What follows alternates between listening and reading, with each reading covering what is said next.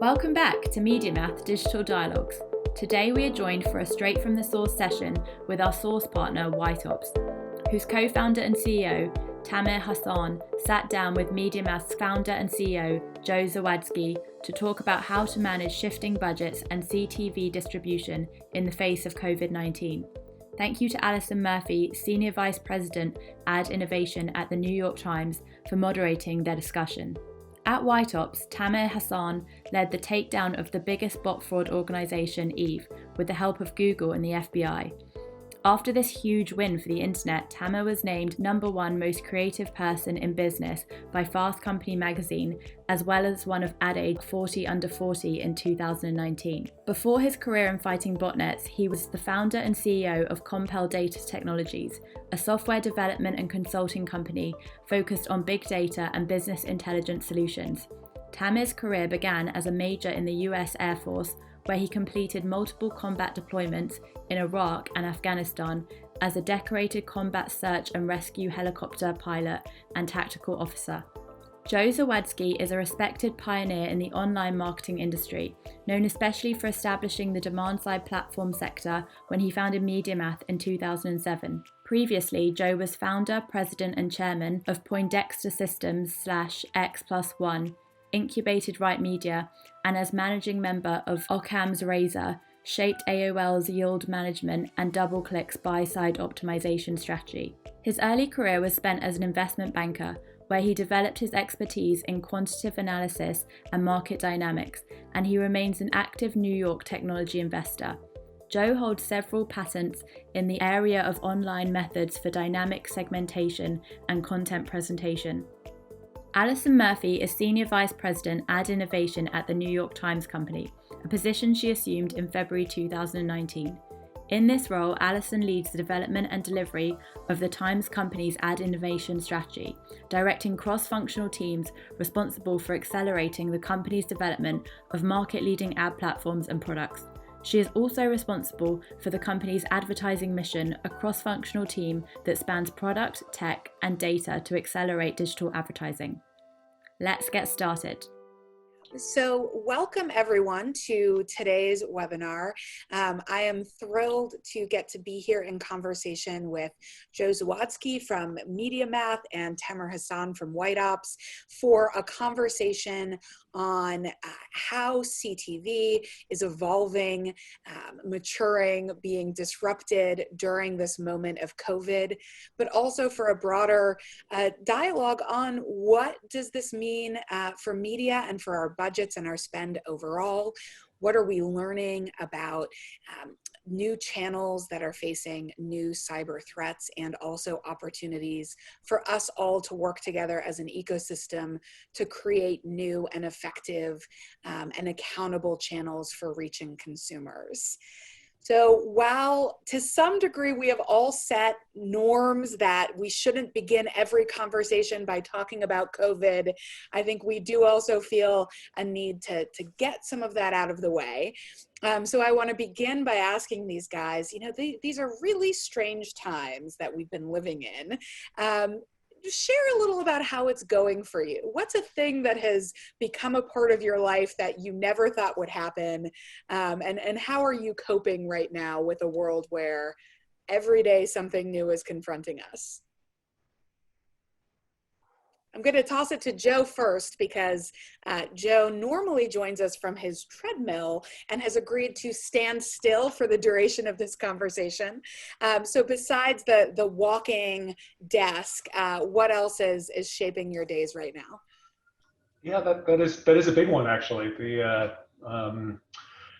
getting set up in the basement here of a place in Westport, Connecticut that we managed to decamp to in last fall actually has been interesting. I think like everybody else, dealing with the merger of personal and professional throughout the day. So there's a non-zero chance that my 15-year-old son or almost 15-year-old son will come in here probably after a workout and just stand right beside me on said treadmill desk. And that's become a normal occurrence, I think, for a globally distributed team that is figuring out how to make it work in this new this new environment.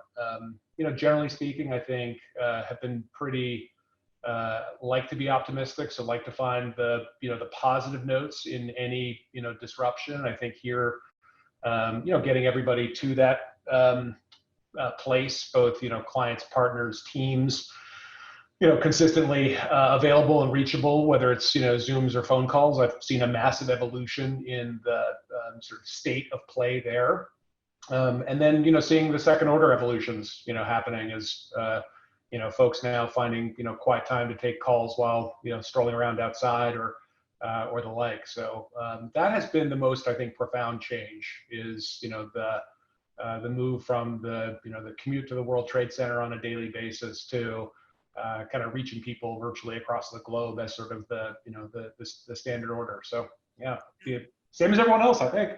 Well, I have to say, if your son joins, he should be prepared to share his point of view on cybersecurity, and I look forward to hearing his perspective. So warn him. I would have to get my daughter for that, quite honestly, but yeah. Maybe he can school us all on TikTok, which I definitely need a lesson on. Tamer, what about you? Yeah, I echo that.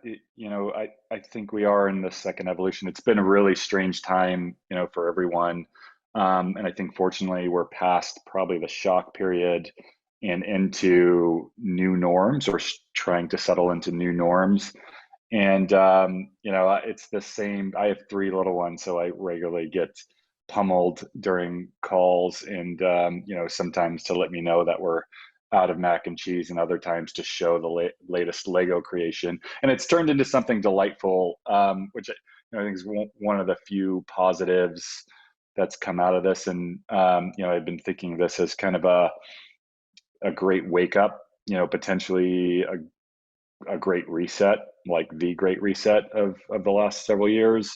Unfortunately, there's a lot of challenges and downsides to what's happening, but there are upsides. And it took me a few weeks of being in quarantine to realize that I haven't been home this much with my kids in years, and that was a positive thing. So I think generally, I think adjusting to the new norms have been good. I think challenging for a lot of people to work remotely and work in isolation. So it's been awesome to see everyone start to socialize more, just, not getting on Zoom calls to work, but getting on Zoom calls just to hang out with each other and check in each other. Unfortunately, I think, a lot of people are feeling, so I've had more drinks over Zoom than I typically would have just going into the New York City and meeting with folks. But so that's good. The one thing I never thought I would be doing and getting into is I decided a few weeks ago that I would pick up a professional textbook on barbering, like the textbook that is done in barber school, and just for the sake of it. And like, it's amazing how much time we waste going to get our hair cuts and coming back. And so fortunately, I have 3 children to practice on, so there's a few streaks and a few bald spots, but I'm starting to get the technique enough to cut my own hair. So I don't think I'll ever go back. They'll be grateful for those pictures when it's, their weddings and those events. I have not ventured to cutting my own hair, and in fact, this is the first day I've dried my hair in some time because I'm here with you all. We did go through a phase on our leadership team where we were all doing different things. My boss buzzed his hair. I did a temporary blue dye, which is really out of character, and we all had fun with that for a while. I think the other thing I'm picking up from you all that I think we've all felt is, despite working in the digital ecosystem and in media and in marketing, it feels like this is a moment when we have also all reconnected to what it is to be a consumer of these products and these ecosystems. Even those of us who work in technology, in the digital landscape, when we're suddenly on our screens every day, you become aware in a different way of what this world is we're shaping.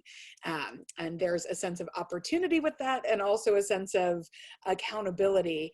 So with that in mind, I'll ask the question of not how are you feeling, but what's your sanity score right now? And I think that that's an index that Tamer came up with for the team. Where'd you put your current sanity and why? 0 to 10. Mine is like it fluctuates, right? And when I started doing this, I would do it internally as I met with the people I regularly meet with. Like, well, I wonder what their sanity score is. Then I just started overtly asking it, and you get a feel for how it fluctuates, as you know it does for all of us. But I've been fundraising for several months, the better half of a year, and we finally closed around at the end of last week and announced it yesterday, around led by Goldman Sachs and Clear Sky Security. So thank you. It took so long that I thought I was going loopy, just in what I saw as the opportunity in anti-fraud and why it was important, and securing the investment. Just it reset me back up at 10 for a little while, I'm sure, but it's high right now. I think that deserves a new index to be at least like an 11 or a 12. I'm not sure there's anything that totally rivals the end moment after months and sometimes years of helping illuminate a market and an opportunity. Just huge congratulations on that. Joe, what about you? Yeah, I mean, I think what I've seen is after the first little while of getting kind of restabilized across the the distribution mentioned earlier. Again, found some of the bigger forces at work. Became really clear to people that if you're going to do something now, it's a good opportunity to do things that are sort of bolder and bigger. And I found that energizing in people's willingness to positively disrupt. And so for me, like, that's grounding, right? So I would say sanity score of 7.5. I think that's self-reported. I think if you asked other people, it might be more like 6.5.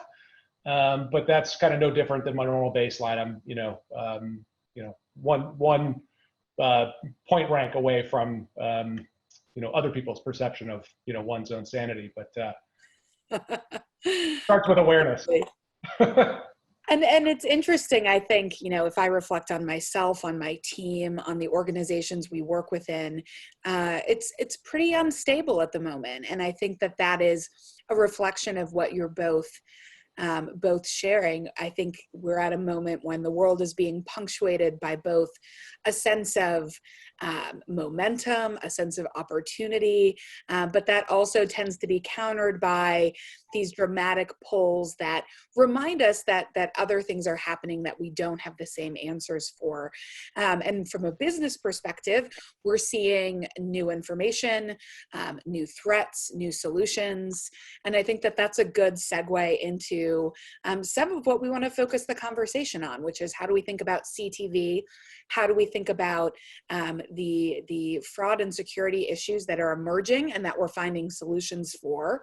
And in this same time period, we have seen something pretty dramatic happen, which is Ice Bucket, one of the biggest fraud efforts is the wrong term, but fraud operations that has happened so far in that landscape. So let me begin, Tamer, just with you to say, there has been so much going on in the media about the new opportunities being created for cybercrime. Before we dive into CTV, what are you seeing on the whole that feels like the industry needs to heighten their awareness on? Sure. Yeah. It's funny. There's a full spectrum of cybercrime and cybercriminals, right? Everything from an individual hacker or just somebody in their PJs, trying to get some extra money, all the way to highly organized and sometimes complex groups and even marketplaces, right? And we see the full spectrum. And what's interesting is that a lot of what we deal with ends up being on the sophisticated side, These are, teams, and they're professionals. They're full time. This is their only job, and oftentimes they're well-trained engineers with academic backgrounds. The last several fraud operations that we've dealt with that are on a larger scale had, Jira and Atlassian software to manage their code. They had well-documented code. They were on 2-week sprint cycles. They would release on Wednesdays. We could tell by the way the bots changed. And even some of the FBI investigations that happened, you get a look in some of the indictments and the documentation that eventually became public of just what's behind this. And you see a bit of a company, right? It's not unlike a Silicon Valley startup. They're running thousands of servers globally. They are, they have metrics, they're monitoring their business, they have best practices. And so just like everybody here that is adjusting to COVID and adjusting to changes in revenues and opportunities and in costs, we see the same thing on the bad guys, that they are also shifting to find the right opportunities. And what we've always known, and the general rule of thumb, is that fraud follows the money, and it also follows a few other things. Where's the noise? Where is some lack of controls or some lack of attention that helps hide in the noise? Those three things tend to give you a picture of how much is possible from a fraud perspective. And so that happens. And sometimes they're more agile at pivoting their business plan than the good guys, unfortunately. So that's what we see. Fraud's definitely not decreasing. It upticks in this environment and shifts to where money is shifting. And CTV and video is one of those areas, and we've seen a bit of that as money starts to not be as much as an opportunity for fraudsters in other areas. They follow the money. Absolutely. I mean, I think we spoke about this a little bit preparing for the conversation, and I've been thinking about it ever since. As a business leader in the digital space, it's easy to think about cybersecurity and fraud as this set of rogue actors in their pajamas. Granted, all of us are maybe in our pajamas right now, but a different degree of kind of hacker mentality.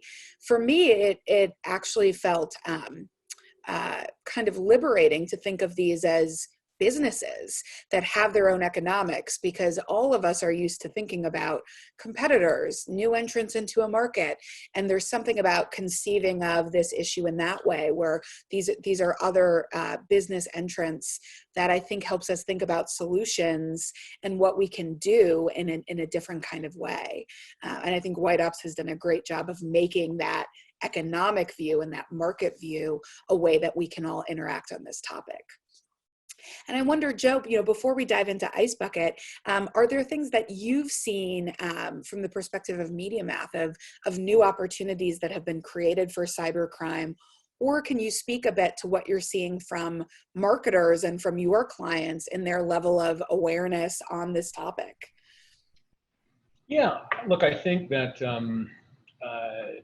you're in a period of scarcity, right? So I think, for a lot of marketers, they're incredibly focused on making sure that the dollars that are being spent are efficient, that they're effective. Like, there's a bunch of things that are in, disruption. I think people are sometimes making, sacrifices in the long term, things like, branding.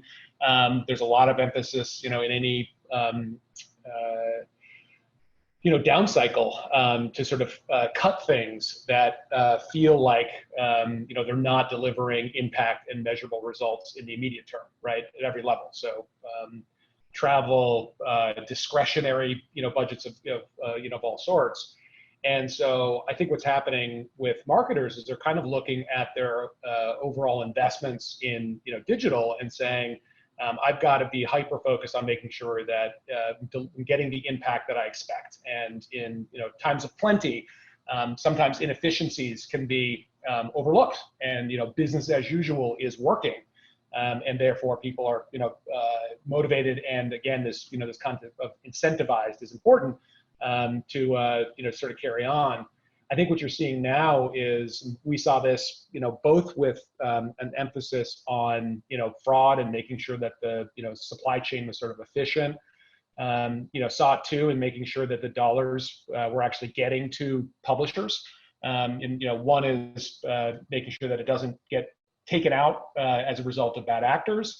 It's also focused on making sure it doesn't get taken out by kind of mistranslating the goals of the organization through the service chain in things like blacklisting of news content, right? So there's been a heightened awareness of the importance to make sure that the dollars end up with the publishers and the media that it's intended to. And that's true of both fraud, and I think it's true of sort of focusing on high quality journalism, purpose-driven advertising. Allison, you spoke a little bit about the 4As, talk that you gave, but we're seeing that across all of the trades, that folks are being very intentional with their investments, and that I do think creates an opportunity for the industry to sort of say, okay, how do you do this right? So that's what we've been sort of focused on. That's true of TV as well, right? I think TV saw the same patterns where the old model was working, right? I think upfronts for a long time really carried linear TV, sort of carried the business, and large volumes, reasonably steady CPMs.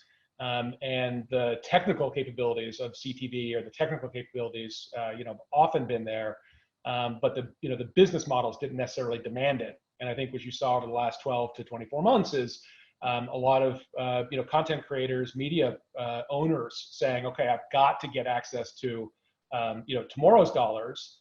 And I think what you're seeing now with CTV is like the combination of supply and demand. A huge amount of supply, given how we're all interacting with streaming and sort of digital devices on one hand, and then two, some of the sort of traditional sources of revenue and demand are sputtering. And as a result, the idea of connecting it to advertisers that are making sort of rational decisions, quantitative decisions, outcomes-oriented decisions, right, is more important than ever. So you're seeing a lot of what was the expression? Sort of chaos. Crisis is an accelerant. So a lot of the trends that you saw before are just sort of accelerating in every on every dimension. So it'll be at every level sort of a fascinating couple quarters, and then I think a couple years net. Yeah, chaos is a ladder, I think, is we were referring to some good old Game of Thrones metaphors. And You got it. I love the point you're making, which is that in any developing channel, you need and rely on sometimes these inflection points to help trigger a focus towards more rational spending or thinking through efficiency. Certainly COVID is creating that moment, but I think now is a good time to talk about Ice Bucket, because beyond COVID, we also have precipitating events that can happen through outside actors, which force us to look differently at the opportunity that a certain medium can provide. So let's talk about Ice Bucket. When I first heard of this, when I first saw the headlines, all I could think of was the meme from a couple years ago, and I knew that context was not the same.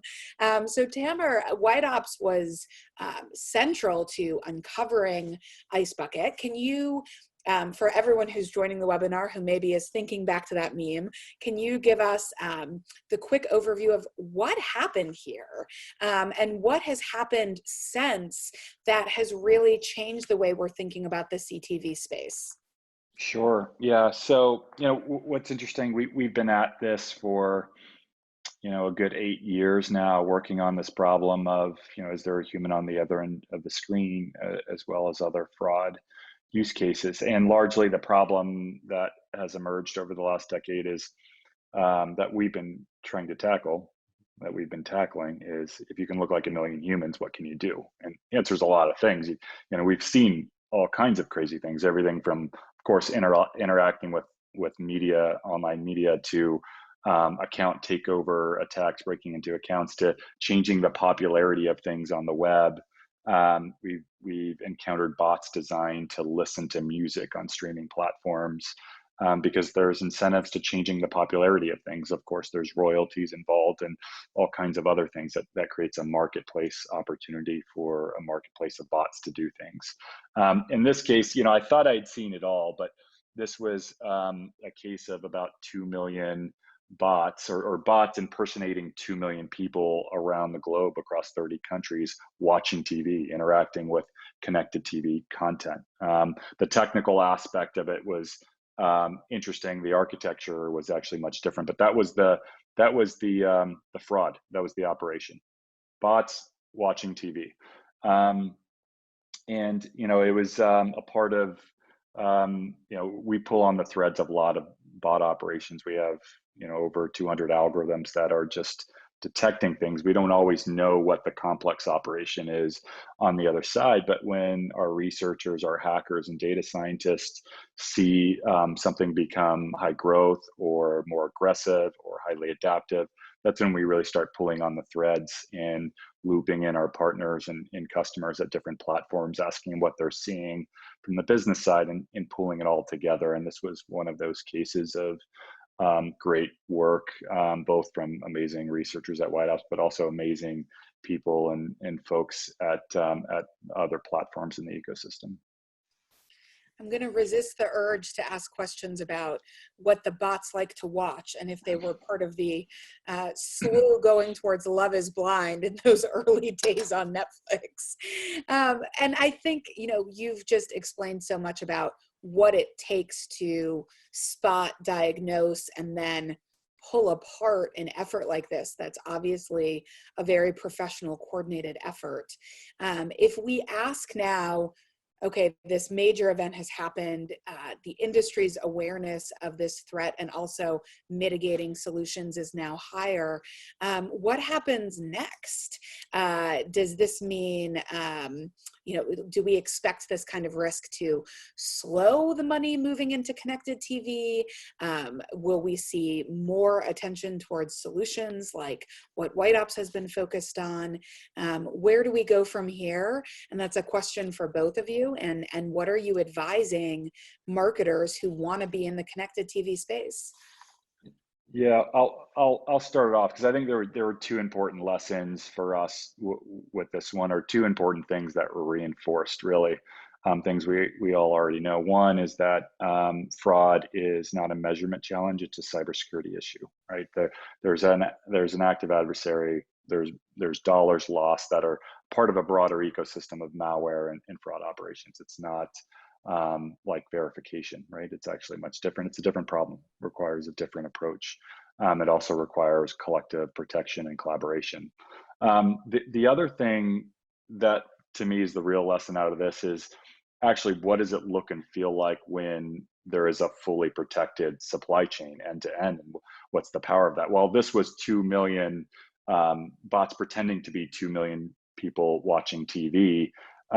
There was, an order of magnitude greater number of real people watching TV, and things like Source at MediaMath and things like pulling it together end to end, where people actually say this is an end to end protected supply chain. There's over 100 million users at the same time actually engaging with real content, and so just this was an operation that highlighted an attempt and a reasonably sophisticated one, but it was deterred completely and ultimately highlighted. Not all operations that are even deterred are highlighted in public, but it was a good lesson. But I also think that the importance of collaboration, collective protection, and doing that end to end where it's actually a priority is actually the real power. And there is a protected supply chain to do that. Absolutely. And I think, Joe, this is an area where Source has been notable and I think has differentiated itself even against other efforts to try to provide that secure supply chain. So what is it that makes Source different? And talk a little bit about the evolution of it over the last year. Yeah, I'll come back to Tamer's thought about sort of collaboration, because it actually really does infuse a lot of what underpins Source. But I think having lived through the industry for 20 years, have sort of seen the patchwork quilt nature of its evolution, right? Where, early technologies, early markets, designing systems that, then sort of replace, each successive layer, every 2 to 3 years, you kind of see the strata sort of built up, and sometimes, patches to patches to patches are, developed. And what we saw, now a couple of years ago was some of the implications of this like looming complexity and the lack of design in the, the marketplace, and said, well, what if you went the other way? What if you kind of went top down, and started with principles, right? And then found the principles, ALS, that were sort of committed to the same market structure, right? And said, what are the things that are really plaguing marketers and publishers, right? So, call consumers, publishers, media owners, and advertisers the principles in the market, and they need to be connected in rational and coherent ways across what really does require dozens of technologies and independent companies in order to sort of stitch that together. So we said, all right, start top down.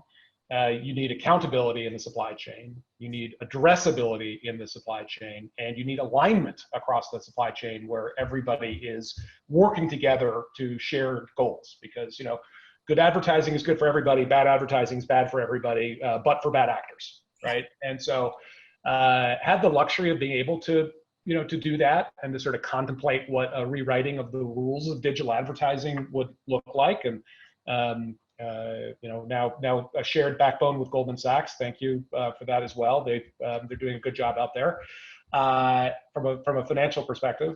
But this idea of saying, okay, can you identify the other key members of the ecosystem that could get aligned around this version, where you could, instead of it being sort of a hyper-fragmented kind of roll your own, lots of independent connections that effectively evolved based on how a single advertiser, an agency, decided to navigate. If you could instead go the other way and say, okay, who are the key sort of tier one pipes companies, the folks that would connect to premium publishers across different channels, across different formats, across the globe. If you could get them to align on a roadmap, what would that look like? And so went out and worked with Rubicon and Talaria and Google and kind of said, all right, what if we were to rewrite the rules? How would those connections be made as between a brand and a publisher? Fine.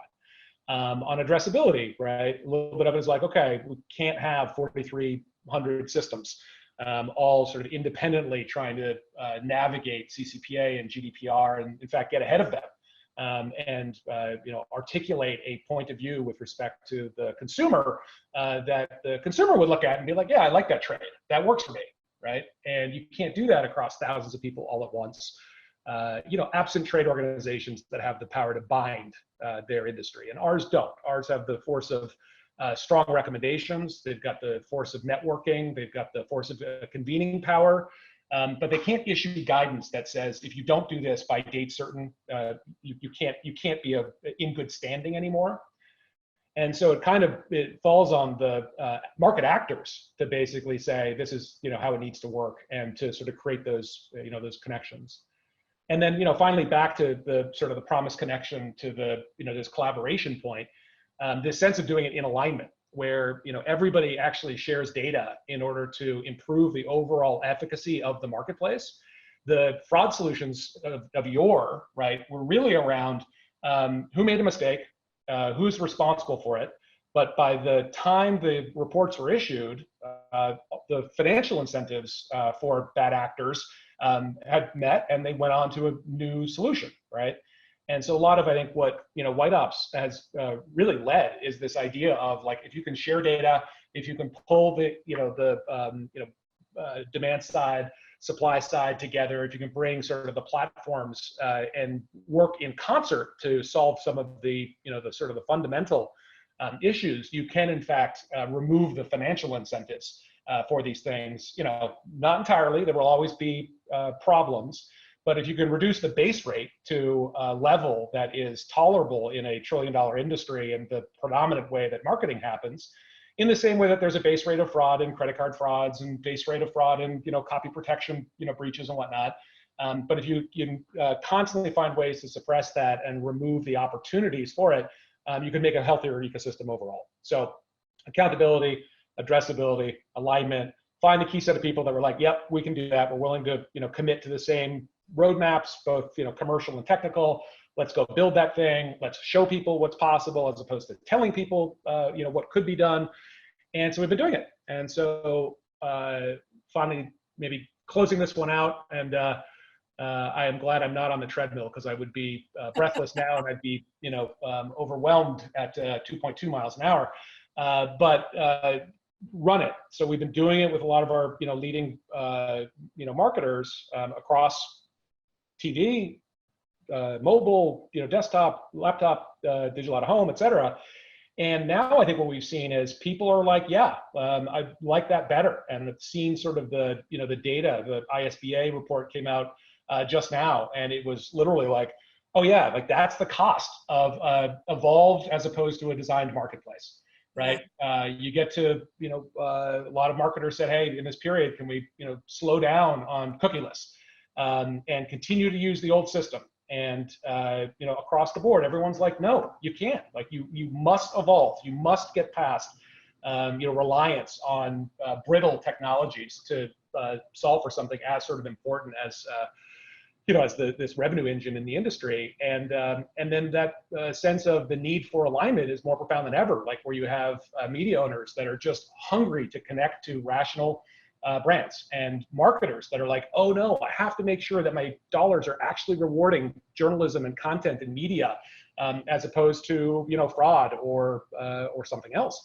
And so I'm sort of seeing all the stars align here for sort of more acceleration around this. Someone said to me, it's one thing to change the wheels and the tires on the car when it's at 65 miles an hour.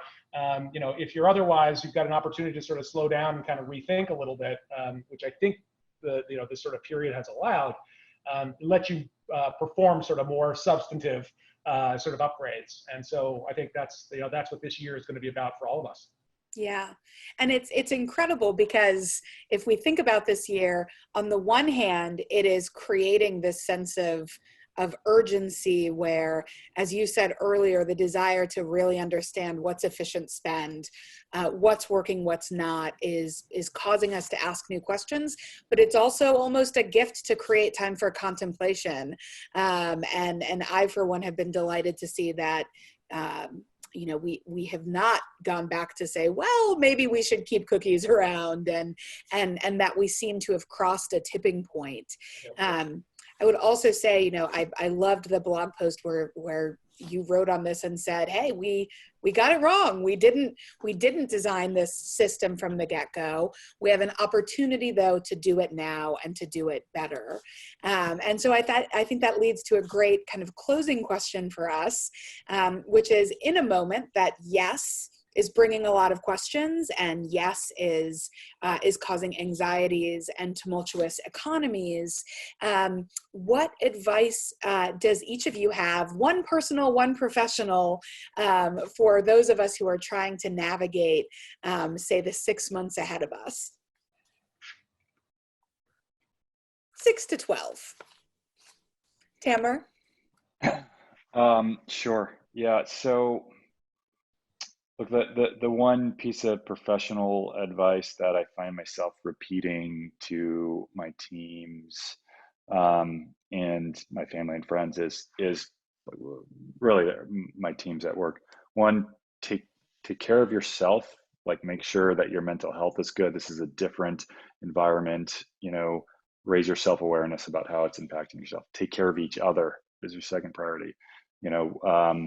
We're check on each other, right? And that goes for people you don't even know, or people you never know when somebody's struggling through this. And I think this hits some people harder than others, both in terms of the COVID impacts and also in terms of just all the changes. And then the third one is stay focused, right? Our job is to protect our customers, and our fraudsters are staying focused. And so we have to as well. So that's been, my general perspective in work. And, personally, I'll say that the best advice that I've gotten was advice that came much before this, decades ago, that has never left me, and I've found it even more applicable. I've woken up a few times just remembering it. I flew helicopters in the Air Force for about 10 years.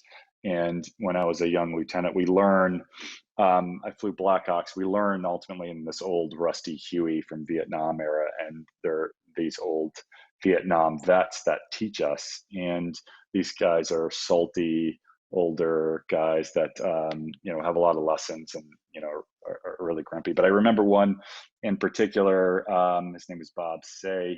He was actually, to give you a picture of, what these guys went through, he flew Hueys in Vietnam, took, machine gun fire through the window of a Huey into his chest, and survived, and went on to fly many, many more rescue missions, and ultimately to become an instructor. But I remember first getting in the helicopter with him, and he said, "I'm going to teach you a lot of things, so a lot of lessons that are going to be important, but I want you to remember one thing, and that is, as long as the helicopter rotor blades are turning, never let go of the controls." So I don't care if it's crashing. I don't care if you're tumbling or spinning around like a top. You're tumbling end over end. Never let go of the controls. As long as the blades are turning, you are pushing inputs into the system and attempting to influence the outcome. And that always stuck with me. And there were several moments even during this fundraising cycle, and as COVID onset, it's like, feels like a lot of chaos. It feels like we're starting to spin a little bit. Don't let go of the controls. Just keep flying. That was the best advice I've gotten. I love that. Joe, what about you? Advice for everyone tuning in? Apparently helicopters are like 10,000 pieces of whirling death held together by a single bolt. So the Jesus nut. Yeah, that's what it's called. The Jesus nut. Makes you want to stick to your treadmill, I'm sure. Look, there's something there, that resonates. The focus faster, I think. Part of this has been, at MediaMath, been really focused on sort of the kind of next generation leadership team, bringing in a lot of people from, sort of the outside who are, dyed in the wool sort of operators. So, new president, Conrad, operating CFO, Milena, new chief people officer, Kimberly Salmon, like kind of building this kind of, I think, next generation, bench. And part of that was like this very intentional desire to sort of take the, sort of the entrepreneurship and sort of the innovation and the, taking a sort of a dynamic industry on one hand, but then, bringing in sort of the scale and the rigor to find that, wasn't meant to rhyme, but sort of hybrid vigor, right? And how do you kind of merge cultures in that way? And I'm finding all of these little places where too much of one thing is not good, too much of the other thing is not good, but you've got to find sort of the, the intersection. And this idea of, bold focus, right? Where you've got, everybody sort of internally and externally sort of concentrating on a really important thing, as opposed to, spreading across multiple, feels like important distillation, I think, and, more important now than ever, where it's like, got to have everybody kind of focused on sort of the important and the urgent at the same time. So that, I think, is because I think it's going to be a long journey, right? And so you've got to, be running fast for a long period of time, but you've got to be running fast for a long period of time. So be prepared for it and do things like take care of yourself. So on the personal front, I've always been sort of into the, structured one's life. So maintaining the morning workouts. The only innovation of late is adding evening sets with my kids. So we now working toward a 5-minute heels down squat, 5 minutes of plank, and 5 minutes of static hold. And We are currently up to 2 minutes and 30 seconds. We might get to 5 minutes sometime in 2021, but that's where we are right now. All right, well, the idea of a 5-minute plank is maybe the boldest idea I've heard on this. We are now out of time, and I just want to close with a couple of my favorite thoughts from you each over this conversation. One is the idea that, of course, chaos is a ladder, but in a slightly less Game of Thrones way, that means that this moment of urgency and awareness can lead us all to think differently at how we're intentional. I loved the way of thinking about bots as ultimately being, if you could look like a million humans, what would you do? I'm going to try to think about that in the positive way and not just in the fraudster way. Joe's admission of, we got this wrong by not designing a system, but that we have the opportunity now to be intentional and to use the opportunity to collaboratively come together on something that works better for all of us. And then I think probably my favorite image is the idea of fraudsters not as folks sitting around in their pajamas, which is what we're all doing, but instead people with very organized Jira boards and agile sprints, and that we can think about and can respond to the threat and the opportunity by understanding the economics of these actors and realizing, like all of us, these are players looking for opportunity, and we can react accordingly. So with that, thank you so much, Joe and Tamer, for a wonderful conversation. And for everyone, stay safe, stay healthy, and as our new question, stay sane and keep the sanity score at least above a 7 if you possibly can. Thanks, everyone. Thank you, Allison. Always a pleasure. Thanks for joining us in this MediaMath Digital Dialogue featuring our partner, White Ops.